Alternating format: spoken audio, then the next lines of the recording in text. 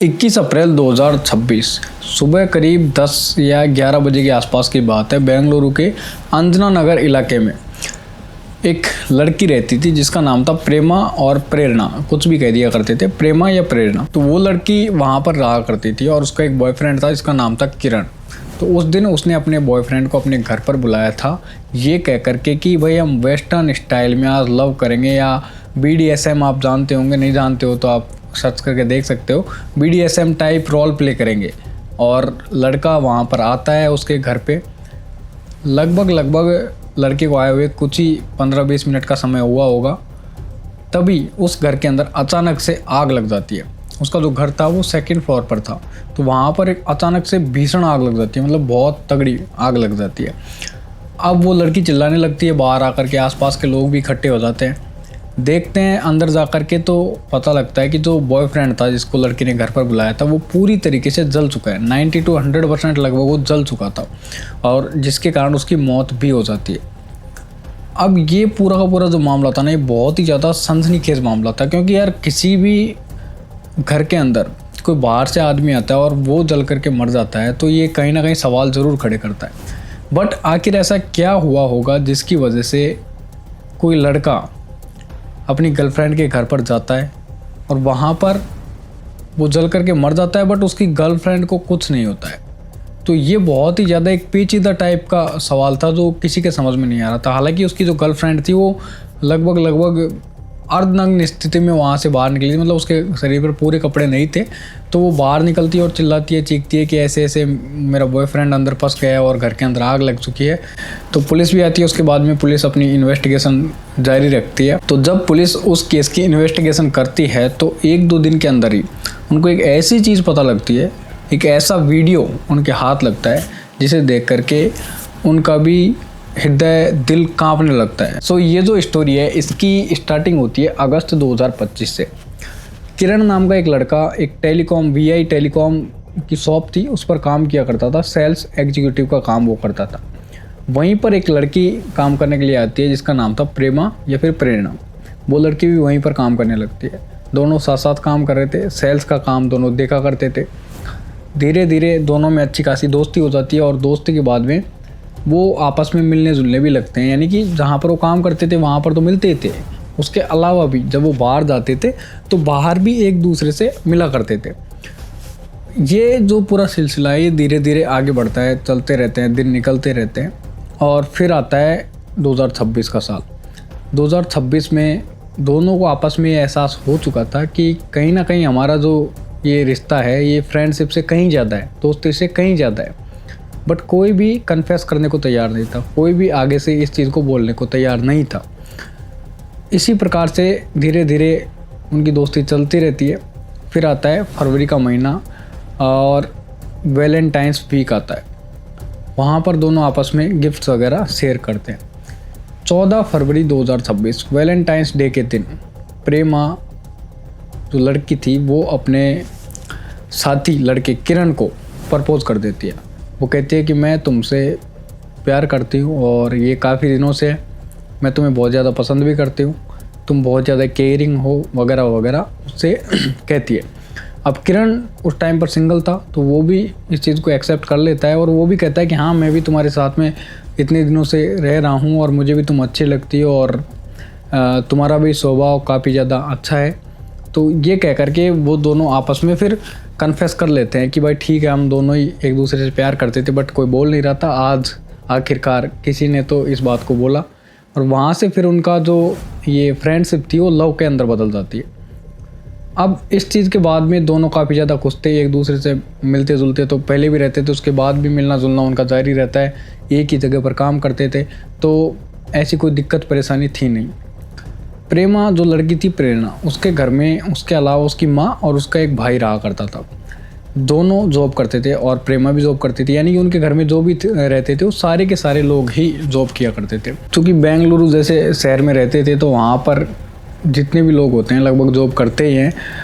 गांव की स्थिति थोड़ी अलग होती है। गांव ग्रामीण इलाकों के अंदर जो है वो लेडीज़ों को या फिर कहें कि जो गर्ल्स वगैरह होती हैं उनको काम करने की इतनी ज़्यादा इजाज़त खुली छूट होती नहीं है। बट वो बेंगलुरु जैसे शहर में रहते थे तो वहाँ पर उनको छूट थी और सभी अपनी अपनी जॉब करते हैं।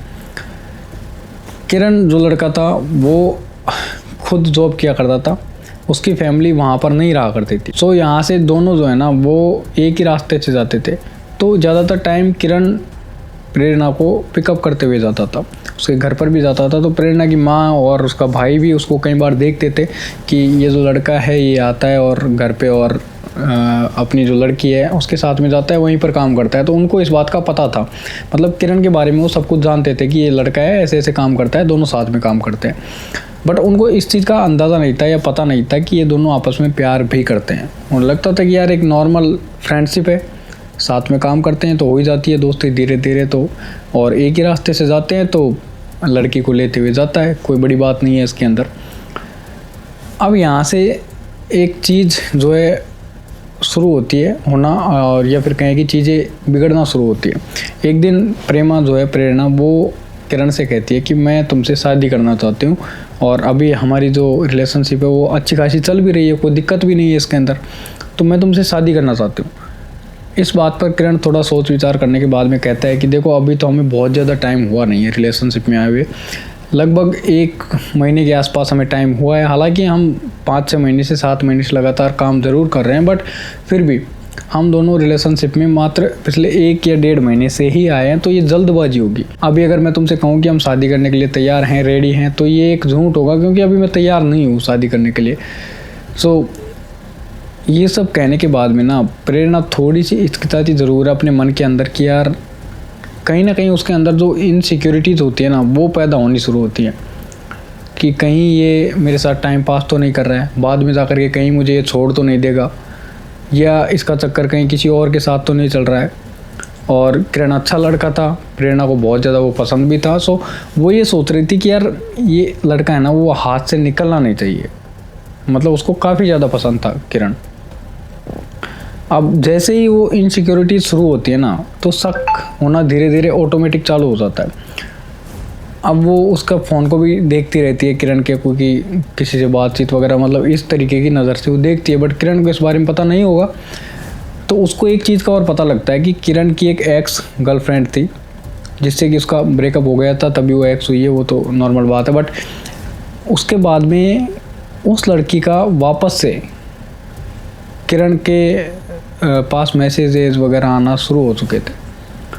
अब किरण ने उसको ब्लॉक कर रखा था पहले, और उसने जब प्रेरणा को बताया था तो यही बताया था कि वो मेरी एक्स है, मतलब अब फ़िलहाल मेरा उससे कोई सीन नहीं है, वो जा चुकी है मेरी ज़िंदगी से, मैंने उसको ब्लॉक किया हुआ है। बट जब वो मैसेजेस वगैरह देखती है, फ़ोटोज़ देखती है किरण के साथ में उस लड़की के हाल ही के रिसेंट के, तो फिर उसकी जो इनसिक्योरिटीज़ है ना वो और ज़्यादा बढ़ जाती है।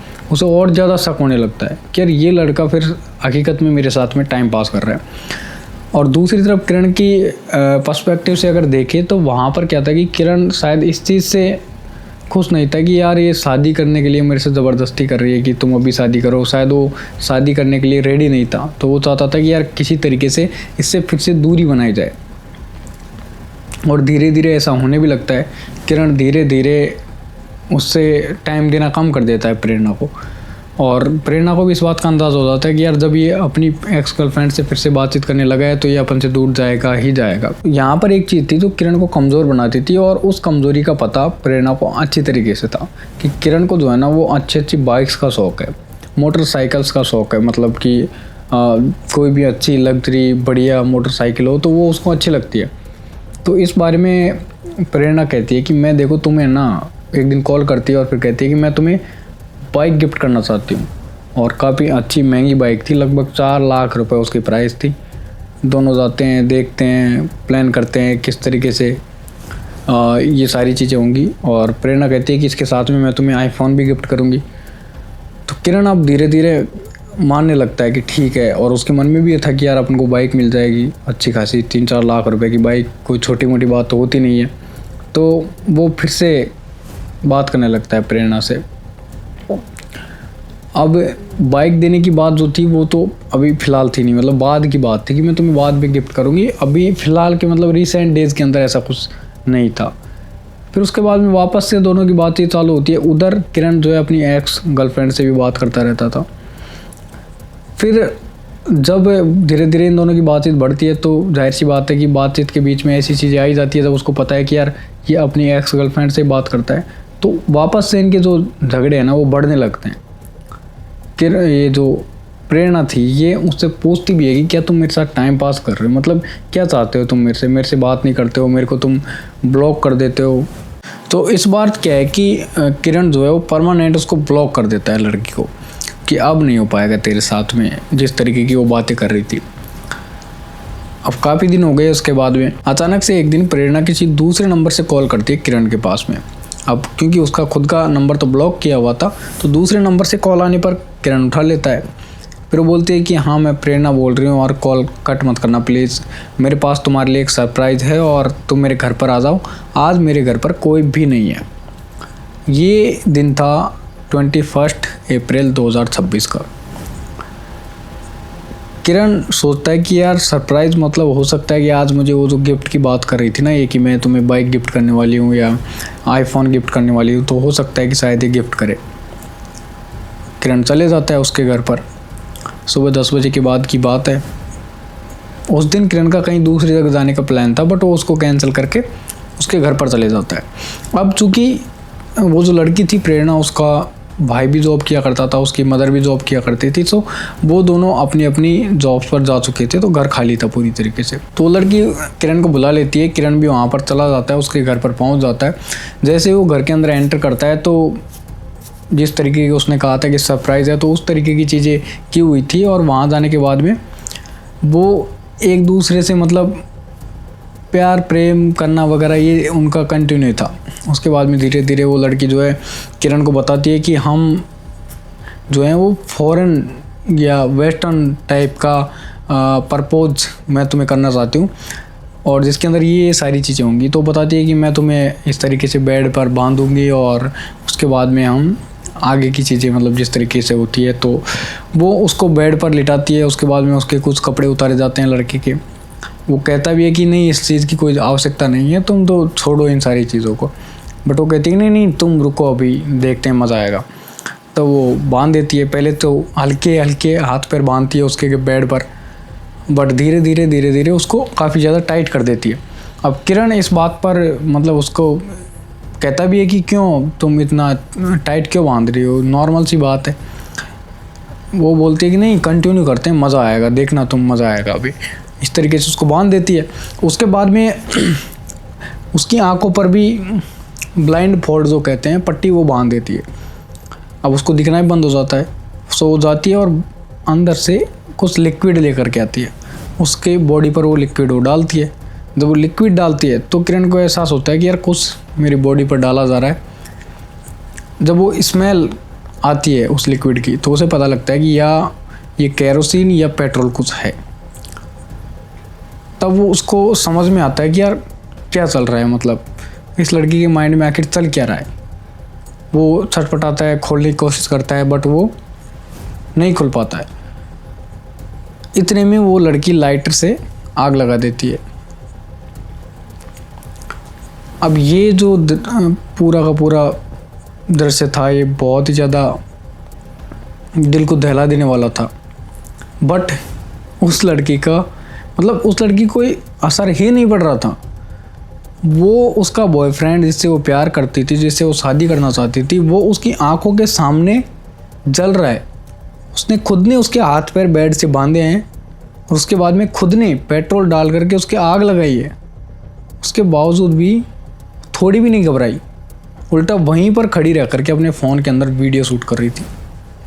और उसके बाद में जब वो आग बहुत ज़्यादा बढ़ गई, आसपास के लोगों को पता लगने लगा, तो भाग करके बाहर आती है और बाहर आने के बाद में चिल्लाती है, चीखती है, बोलती है कि देखो मेरा घर जो है उसके अंदर आग लग चुकी है और इसके अंदर मेरा बॉयफ्रेंड है। तब तक उसका भाई भी आ चुका था, वो भी आकर के आग को बुझाने की कोशिश करते हैं, बचाने की कोशिश करते हैं, बट काफ़ी ज़्यादा देर हो चुकी थी। अब पुलिस आती है। पुलिस आने के बाद में सबसे पहले क्योंकि प्रेरणा ही थी उस लड़की के अलावा वहाँ पर, तो उसी से पूछताछ शुरू करती है। इन्वेस्टिगेशन की शुरुआत में इनिशियली वो बताती है कि भाई मैं तो बाथरूम के अंदर थी, मुझे कुछ पता ही नहीं था। मैं जैसे ही बाथरूम से बाहर निकली तो मुझे पता लगा कि घर के अंदर तो आग लग चुकी है। फिर पुलिस वाले पूछते हैं कि तुम्हें क्या लगता है, तो कहती है कि शायद हो सकता है कि उसने सुसाइड किया हो। उसकी लाइफ में टेंशन्स वगैरह चल रही होती हैं, तो हो सकता है कि शायद उसने सुसाइड कर लिया हो। अब ये चीज़ें तो पहली नज़र में कोई विश्वास करेगा नहीं, क्योंकि यार कोई भी लड़का सुसाइड करने के लिए अपनी गर्लफ्रेंड के घर पर क्यों जाएगा। अगर उसको सुसाइड ही करना है तो वो कहीं दूसरी जगह जा कर के कर लेगा। पुलिस को भी इस पर विश्वास होता नहीं है, बिलीव होता नहीं है, तो वो आगे अपनी इन्वेस्टिगेशन को बढ़ाती है, धीरे धीरे बाकी लोगों से पूछताछ करती है, फिर सीसीटीवी कैमरे चेक करती है। तो वहाँ पर पता लगता है कि यार जब वो गया था किरण तो उसके हाथ में कुछ भी नहीं था। इसका मतलब जिस लिक्विड को डाल करके, पेट्रोल को डाल करके आग लगाया गया, वो पेट्रोल ऑलरेडी घर के अंदर मौजूद था। फिर पुलिस का शक और गहराता है, वो उस लड़की से और ज़्यादा पूछताछ करते हैं प्रेरणा से, तो वो फिर अपने जो बयान है वो बदलने लगती है बार बार। देन पुलिस उसके बाद में उस लड़की का फ़ोन चेक करती है, और जब फ़ोन चेक करती है ना तो उसके अंदर मिलती है उनको वो वीडियो जिसे वो शूट कर रही थी, जब उस लड़के के हाथ पैर बंधे हुए थे, चिल्ला रहा था, खोलने के लिए मदद, हेल्प मांग रहा था, बट वो उसकी हेल्प करने की बजाय उसको आग के हवाले करके वीडियो शूट कर रही थी। ये चीज़ देखने के बाद पुलिस का भी दिल दहल जाता है, सहम जाते हैं वो भी। फिर उससे मोटिव पूछते हैं कि तुम्हारा मोटिव क्या था, किस मोटिव के तहत तुमने ये सारा काम किया। तो बताती है, पहले तो कबूल करती है इस चीज़ को कि हाँ मैंने ही किया है।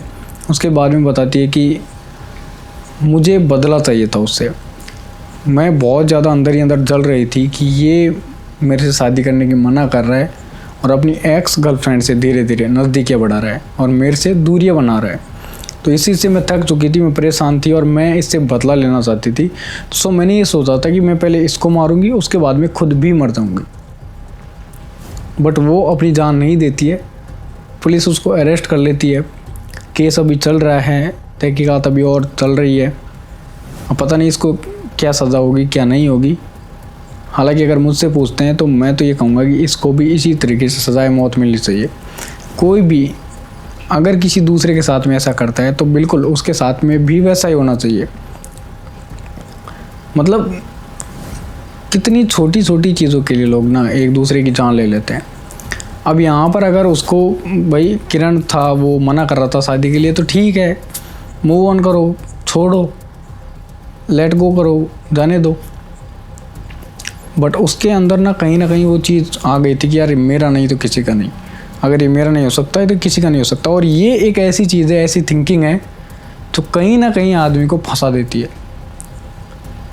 किरण मर चुका है, वो जा चुका है, बट अब प्रेरणा की जो ज़िंदगी है ना वो पूरी तरीके से तहस नहस हो चुकी है। वो तो खैर मर गया, उसके घर वालों के लिए तो वो जन्मों का दुख है।